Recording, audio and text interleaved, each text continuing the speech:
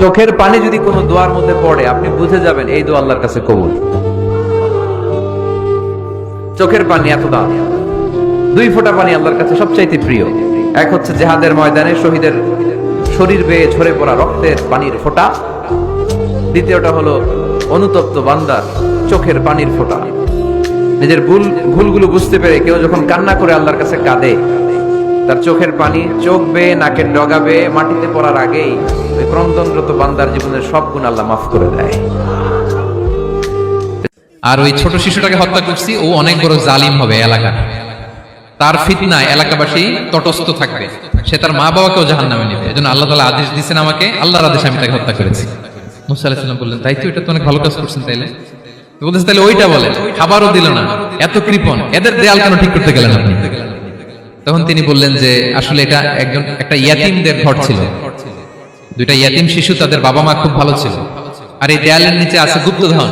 এই দেয়ালটা পড়ে যাবে, এই গুপ্তধন তারা ছোট মানুষ নিতে পারবে না, এলাকাবাসী তাদেরকে বঞ্চিত করে নিয়ে যাবে।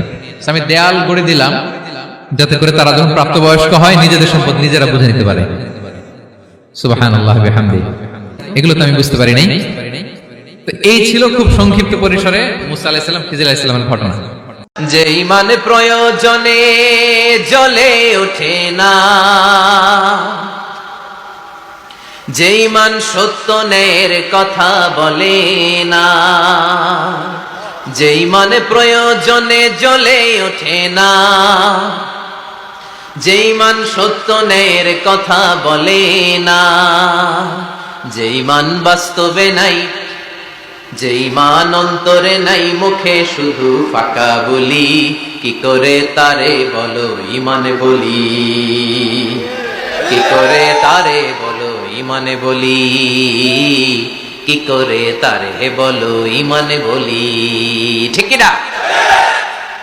যে ইমান দিন কায়েমের আন্দোলনের ধার ধারে না, যে ইমান লেবাসধারী কোরআন হাদিস কাউ পড়ে না, যে ইমান খাজার নামে মাজার গড়ে ফুলুস কামায়, যে ইমান শিরকিয়াতের আমল করে ভীত না হয়, যে ইমান ইমানে ভুলে নাস্তিকতার মঞ্চে ওঠে, যে ইমান বাতিল মাতের দোসরে হয়ে ফায়দা লুটে, যে ইমান শুধুই কেবল ফায়দায় আনন্দ করে, যে ইমান দেখে না যে আরাকানে ভাইরা মরে, যে ইমানে বাস্তবে নাই, যে ইমানে ময়দানে নাই, মুখে শুধু ফাঁকা বলি, কি করে তারে বলো ইমানে বলি, কি করে তারে বলো ইমানে বলি, কি করে তারে বলো ইমানে বলি।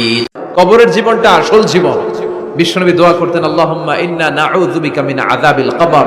আল্লাহ, আমি আপনার কাছে কবরের আযাব থেকে পানাহ চাই, কবরের আযাব থেকে বাঁচতে চাই। এই কবরের মধ্যে অনেক ফিতনা হবে, অনেক সুয়াল হবে। কবরে প্রশ্ন আছে না নাই? কথা বলেন।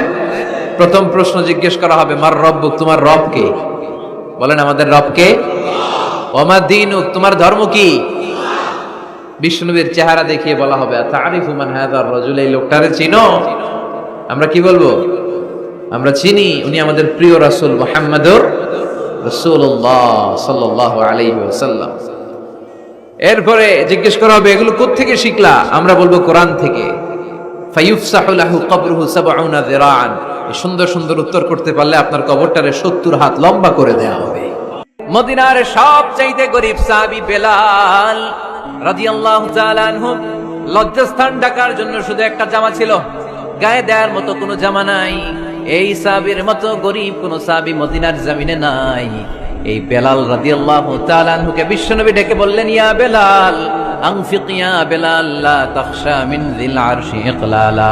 ও বেলাল, আল্লাহর রাস্তায় দান করো, কারণ আমার আল্লাহর ধনভাণ্ডারের কমতি নাই। সাইয়েদনা বেলাল রাদিয়াল্লাহু তাআলা আনহু সবচেয়ে গরীব। শুনতেছেন? বুঝতেছেন? সবচেয়ে গরীব। ডাউন পার্টটা ঢাকার মতো একটা গার্মেন্ট ছিল, একটা কাপড়, এটা পেঁচায় আসতো, নামাজ পড়তো। গায়ে রাখার মতো কোনো জামা নাই, আর খাবার দাবার টাকা পয়সা বলতে নাই। ওই সাহাবীর বিষ্ণু ইসলাম বললেন, আনফিক বেলাল, বেলাল তুমিও দান করো, তুমিও দাও, দানের হাতকে প্রশস্ত করে দাও।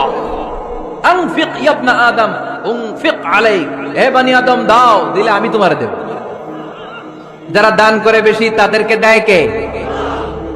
দিলেই আসবে, না দিলে আসে না। আপনি দেন, দেখবেন আসতে শুরু করছে। এটাই সিস্টেম। দিলে কমে না, না দিলে কমে। সুবহানাল্লাহ পড়ে।